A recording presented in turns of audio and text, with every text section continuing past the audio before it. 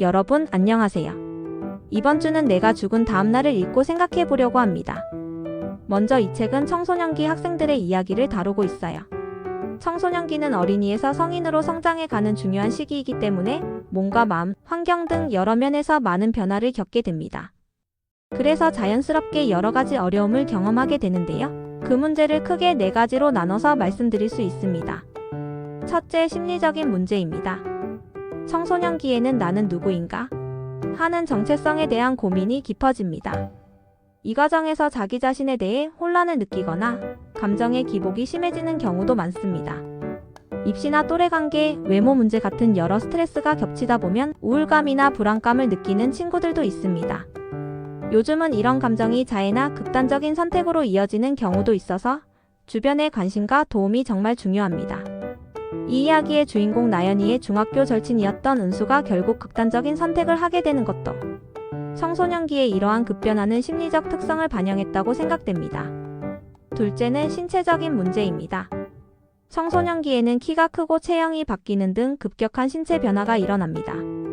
이런 변화가 당황스럽거나 외모에 대한 부정적인 인식으로 이어지기도 합니다.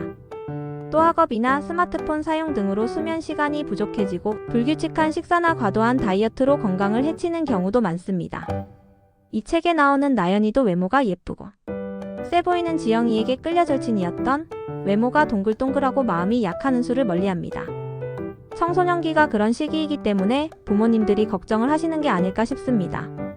결국 왕따 문제와 학폭 문제가 불거지게 되고 나연이는 은수의 가해자가 됩니다. 이런 상황 속에서 주인공인 나연이가 사고로 죽게 되며 이야기는 전개됩니다. 셋째는 사회적인 문제입니다. 이 시기에 청소년들은 친구들과의 관계에 특히 민감한데요. 왕따나 따돌림 또는 집단 괴롭힘 같은 심각한 문제가 발생하기도 합니다. 또 자율성을 추구하는 시기이기 때문에 부모님이나 선생님과의 갈등도 자주 생깁니다. 게다가 SNS 사용이 많아지면서 타인과 끊임없이 비교하게 되고 그로 인한 열등감이나 스트레스를 겪기도 합니다. 나연이도 은수도 지영이도 결국 이 민감한 친구 관계로 인해 서로를 때론 이용하고 비방하며 자기네 세계에서의 위치를 확보하려고 합니다. 마지막으로 학업과 진로에 대한 문제입니다. 무엇보다도 성적에 대한 압박과 입시 스트레스가 큰 문제입니다. 또 앞으로 어떤 진로를 선택해야 할지 고민하면서 불안과 혼란을 느끼는 친구들도 많습니다. 이런 부담 속에서 공부에 대한 동기를 잃고 점점 자신감을 잃는 경우도 있습니다.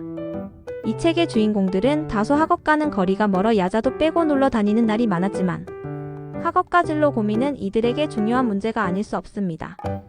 한 아이의 엄마로서 청소년기에 이런 문제를 포괄적으로 다루고 그들의 고민을 사실적으로 그린 이 소설이 다양한 청소년기에 직면한 우리의 아들, 딸을 이해할 수 있는 책인 것 같았습니다. 그래서 제 딸아이에게도 추천해서 함께 읽었습니다.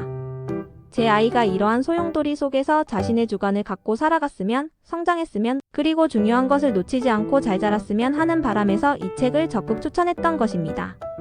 나연이가 어떤 사건을 통해 어떻게 깨달아가고 성장해 나가는지, 죽은 후에 성장하는 나연이의 이야를 통해 우리 아들, 딸들이 잘 성장하길 바랍니다. 또한 우리는 모두 죽기에 죽고 나서야 깨닫게 된 이 모든 것들을 마음에 담고 내 아이와 함께 성장하고 싶습니다.